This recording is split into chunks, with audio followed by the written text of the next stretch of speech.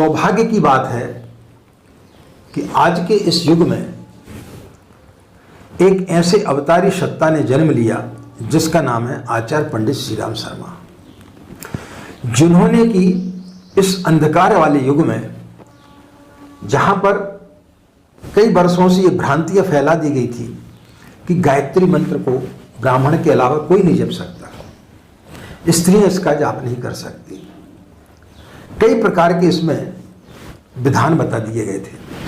व्यक्ति डरता था और इसी कारण से व्यक्ति का पतन होते हुए चला गया, क्योंकि जीवन का देवता गायत्री मंत्र है और उसी जीवन के देवता को जो व्यक्ति भूल जाता है फिर उसका जीवन जो है नरक तुल्य हो जाता है, राक्षसों जैसा हो जाता है। इसलिए हमारे समाज में हमारी भारतीय संस्कृति जो है वो विकृत होते हुए चली गई। लेकिन इसी बीच सौभाग्य के रूप में एक ऐसे महापुरुष का जन्म हुआ जो स्वयं जगत गुरु है और जिसने स्वयं अपने अंदर गायत्री को प्रकट किया। एक संयोग की बात नहीं होती कि जो व्यक्ति ने जीवन पर्यंत गायत्री की साधना की हो और गायत्री जयंती के दिन ही वो अपना जीवन त्यागे। परम पूज्य गुरुदेव ने अपने जीवन का त्यागने का समय गायत्री जयंती ही निर्धारित किया।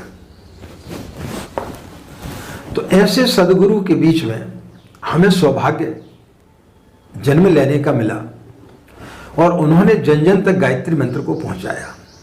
लेकिन हम अनेक भ्रांतियों में पड़े रहते हैं। हम देख लेते फला व्यक्ति ऐसा बोल रहा है, ढका व्यक्ति ऐसा बोल रहा है, लेकिन हम ये भूल जाते हैं कि जिस व्यक्ति ने नदी को पार किया तो वो ज्यादा बता सकता है कि जिसने सिर्फ किताब में पढ़ा है कि इस नदी में इतनी गहराई है।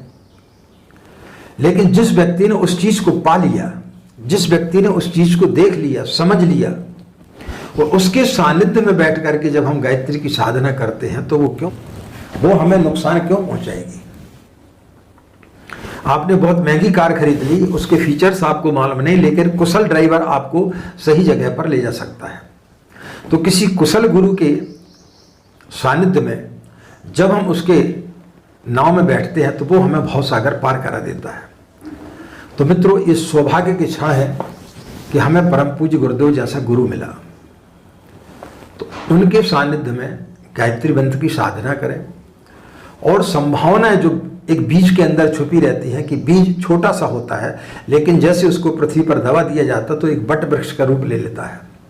इसी प्रकार से मनुष्य में कई संभावनाएं छिपी हुई हैं। वो चाहे तो राक्षस भी बन सकता है और वो चाहे तो नारायण भी बन सकता है।